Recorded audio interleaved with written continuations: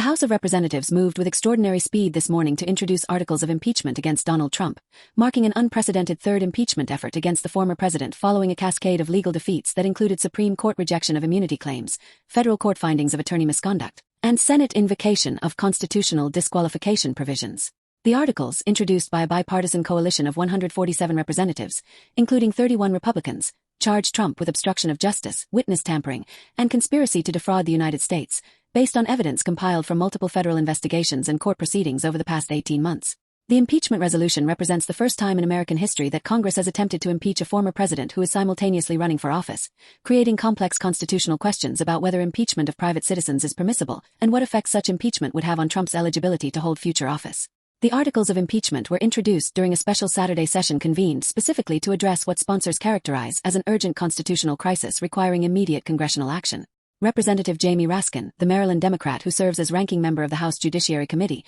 presented the articles alongside Representative Liz Cheney, the Wyoming Republican, who previously served as vice chair of the January 6 committee. The unusual bipartisan presentation underscored sponsors' claims that the impeachment transcends partisan politics to represent constitutional necessity. The articles run to 134 pages, including extensive factual findings, legal analysis and documentation drawn from federal court proceedings, grand jury materials made public, and testimony from witnesses who have cooperated with various investigations of Trump's conduct. The impeachment articles detail a comprehensive pattern of conduct spanning from November 2020 through the present day. The first article charges obstruction of justice based on Trump's alleged efforts to impede federal investigations through destruction of evidence, intimidation of witnesses, and public attacks on investigators designed to undermine the legitimacy of inquiries into his conduct. This article cites specific instances documented in court filings where prosecutors alleged Trump or individuals acting at his direction attempted to influence witness testimony, destroy documents subject to subpoenas, and coordinate public messaging designed to discourage cooperation with federal authorities. The factual findings supporting this article include references to federal court orders finding that Trump violated protective orders, evidence presented during attorney sanctions proceedings demonstrating coordination between Trump and his legal team to obstruct judicial processes, and witness statements describing pressure campaigns designed to prevent testimony or encourage false statements. The obstruction article establishes a timeline beginning in December 2022, when Trump allegedly became aware that federal prosecutors were investigating his handling of classified documents and his efforts to overturn the 2020 election results. The article alleges that Trump initiated a systematic campaign to impede these investigations by directing subordinates to withhold documents responsive to subpoenas, attempting to influence potential witnesses through promises of pardons or threats of retaliation, and making public statements attacking investigators and characterizing the investigations as politically motivated witch hunts designed to prejudice potential jurors and discourage witness cooperation. The article documents 12 specific instances where witnesses reported receiving communications from Trump associates that they interpreted as attempts to influence testimony, 8 instances where subpoena documents were allegedly destroyed or concealed, and dozens of public statements prosecutors characterized in court filings as witness intimidation. The second article charges witness tampering based on more direct allegations that Trump personally contacted or directed others to contact witnesses in federal investigations with intent to influence testimony. This article cites evidence presented during attorney sanctions proceedings where prosecutors documented Trump's legal team coordinating with him to contact witnesses in violation of court orders, and includes references to recorded communications obtained through court-authorized surveillance showing discussions about witness contact strategies. The witness tampering article alleges that Trump's conduct violated federal statutes prohibiting corrupt efforts to influence testimony and official proceedings, arguing that such conduct represents high crimes and misdemeanors warranting impeachment because it strikes at the heart of the justice system's ability to investigate and prosecute misconduct by powerful individuals. The factual findings supporting the witness tampering article describe a pattern of conduct where Trump or his associates contacted witnesses shortly after those witnesses were interviewed by federal investigators or testified before grand juries. The communications allegedly followed a consistent pattern of reminding witnesses of past relationships with Trump, suggesting that cooperation with prosecutors represented disloyalty,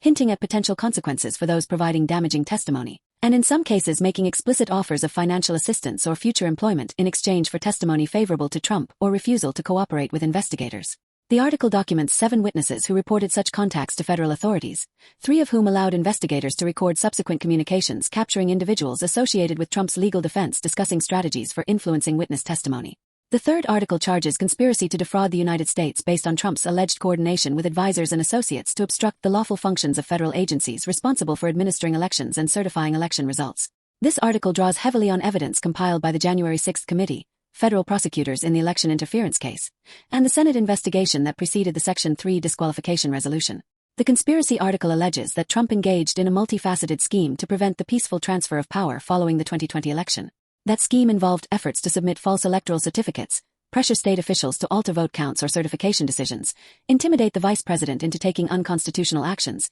and incite violence at the Capitol to prevent Congress from performing its constitutional duty to count electoral votes. The factual findings supporting this article span 50 pages of the impeachment resolution, and include detailed timelines showing Trump's actions during the period between the 2020 election and January 6, 2021. The findings document phone calls Trump made to state officials pressuring them to find votes or delay certification, meetings where Trump and advisors discussed strategies to prevent Biden's certification as president-elect, communications showing Trump's knowledge that claims of election fraud lacked factual foundation, and evidence demonstrating Trump's awareness that violence was likely on January 6, combined with his deliberate decision not to intervene once the violence began. The article characterizes this conduct as representing a conspiracy to defraud the United States because it involved coordinated efforts by multiple individuals to obstruct lawful government functions through deception, pressure, and ultimately incitement of violence. The impeachment resolution includes procedural provisions establishing that the House Judiciary Committee will hold hearings on the articles beginning within 7 days of introduction, that Trump will be afforded the opportunity to present evidence and argument in his defense, and that the committee will report to the full House within 30 days with recommendations regarding whether the article should be adopted. The resolution contemplates a full House vote on impeachment occurring in late March or early April 2026 with transmission to the Senate for trial if the House votes to impeach. The sponsors acknowledge that the abbreviated timeline is extraordinarily compressed compared to previous impeachment proceedings, but argue that the urgency of the situation created by Trump's candidacy for president, combined with the extensive factual record already developed through federal court proceedings and congressional investigations, justifies expedited proceedings. The introduction of impeachment articles triggered immediate and intense reactions across the political spectrum. Speaker of the House Mike Johnson, who had previously defended Trump through various controversies, issued a statement expressing deep concern about the impeachment effort and questioning whether impeachment of a former president who is not currently holding office is constitutionally permissible. Johnson noted that the Constitution provides for impeachment of civil officers of the United States and argued that Trump's status as a private citizen potentially places him outside the scope of impeachment power. However, Johnson stopped short of stating that he would use his authority as Speaker to block the impeachment from proceeding, instead indicating that the House would allow the Judiciary Committee to conduct its proceedings and would permit a full House vote if the committee reported the articles favorably. Republican members of the House Judiciary Committee immediately divided into factions supporting and opposing the impeachment. Representative Jim Jordan of Ohio, a staunch Trump ally, denounced the impeachment as the culmination of years of partisan persecution and promised that Republican committee members would use hearings to expose what he characterized as politically motivated prosecution and selective enforcement of laws against Trump, while Democratic officeholders who were engaged in similar conduct faced no consequences. Jordan argued that the impeachment represents an attempt to interfere with the presidential election by removing Trump from the race through congressional action, rather than allowing voters to make their own decisions about Trump's fitness for office. Conversely, Representative Adam Schiff of California, a Democrat who managed Trump's first impeachment, issued a statement supporting the new articles and arguing that Trump's conduct since leaving office has only reinforced the conclusions that led to his previous impeachments. Schiff noted that the current articles are supported by evidence that did not exist during previous impeachment proceedings, including federal court findings regarding attorney misconduct, documented witness tampering attempts, and the Senate's formal determination that Trump engaged in insurrection. Schiff argued that the House has not only authority but obligation to impeach when presented with such overwhelming evidence of conduct that threatens constitutional governance and the rule of law. The 31 Republican co-sponsors of the impeachment articles represent a mix of retiring members who face no electoral consequences for breaking with Trump, members from districts that voted for Biden in 2020, and a handful of members who have consistently opposed Trump despite representing heavily Republican districts. Representative Liz Cheney, the most prominent Republican supporter, delivered a floor speech explaining her decision to co-sponsor the articles despite knowing it would further inflame tensions with Trump supporters and Republican leadership. Cheney argued that evidence compiled through court proceedings and investigations over the past 18 months establishes beyond any reasonable doubt that Trump engaged in conduct warranting impeachment, that Congress cannot remain silent when a former president who may return to office has demonstrated such profound disrespect for constitutional constraints and legal processes, and that history will judge harshly those who placed partisan loyalty above constitutional duty when faced with such clear evidence of misconduct. The impeachment effort arrives at a moment of maximum complexity for Congress, given the multiple ongoing legal proceedings involving Trump. The federal criminal trial on election interference charges is scheduled to begin with jury selection in 3 weeks, assuming Trump's new legal team does not successfully obtain a continuance following the sanctions that removed his previous attorneys. The Senate resolution declaring Trump disqualified under Section 3 of the 14th Amendment remains subject to legal challenges in multiple federal courts with conflicting initial rulings, creating uncertainty about which courts have jurisdiction and what standards should apply. State officials in 17 states have announced they will not place Trump on primary ballots pending resolution of his eligibility, while officials in other states have indicated they will include him absent definitive court orders prohibiting them from doing so. This confluence of impeachment proceedings, criminal trial, constitutional disqualification litigation,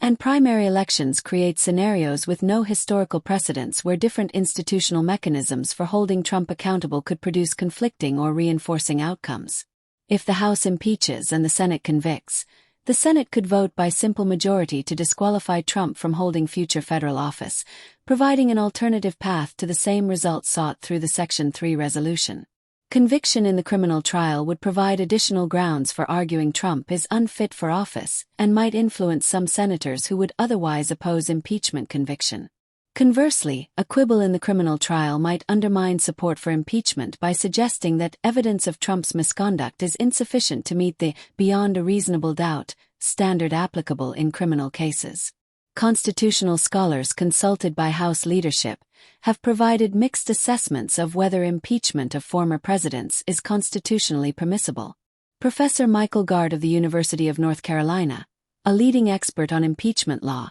testified before the Judiciary Committee that the Constitution's text does not explicitly limit impeachment to current officeholders, and that impeachment's purposes of removing dangerous officials and disqualifying them from future office both remain valid when applied to former presidents who seek to return to power. Gart noted that the Senate conducted an impeachment trial of Trump in January 2021 after he had left office, and that while some senators voted to dismiss on jurisdictional grounds, the Senate ultimately proceeded to trial and voted on the merits, establishing precedent that former presidents can be impeached and tried. Professor Jonathan Tur. Donald Trump announced he would not participate directly in House proceedings, arguing that doing so would legitimize what he characterized as an unconstitutional and illegitimate process, though he reserved the right for his attorneys to observe and object when appropriate. At a press conference at Mar-a-Lago, Trump was flanked by remaining members of his legal team and by Republican members of Congress opposing the impeachment. He delivered an extended denunciation of the impeachment effort, attacking specific Republican co-sponsors by name and promising they would face primary challenges and likely defeat in upcoming elections. Trump labeled Representative Liz Cheney and other Republican supporters of impeachment as traitors to their party and voters, claiming they acted on personal animosity rather than constitutional principle.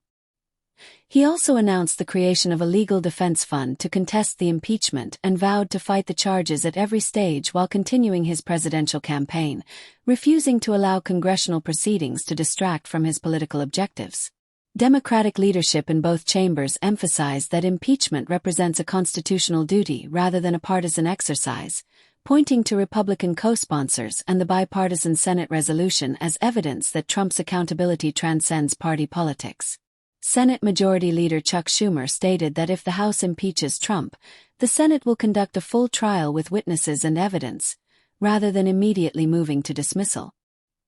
He emphasized that the Senate has a constitutional obligation to thoroughly examine the evidence before voting on conviction, regardless of Trump's current office-holding status. Senate Minority Leader Mitch McConnell, whose vote for the Section 3 disqualification resolution surprised many,